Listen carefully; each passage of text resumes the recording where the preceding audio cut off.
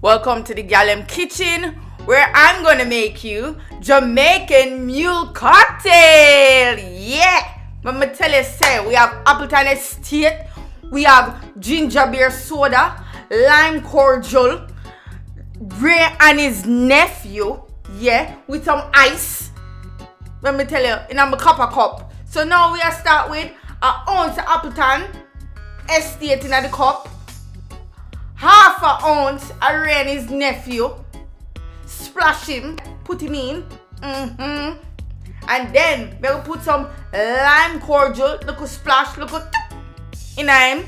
Then we're gonna put some ginger soda beer. We're gonna fill it halfway up.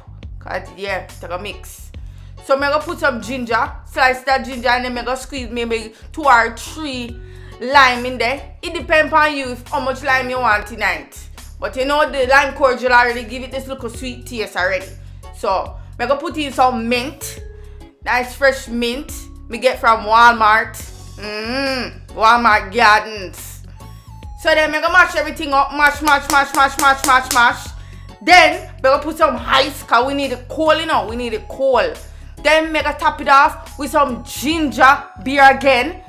And we're gonna garnish it with the little lime.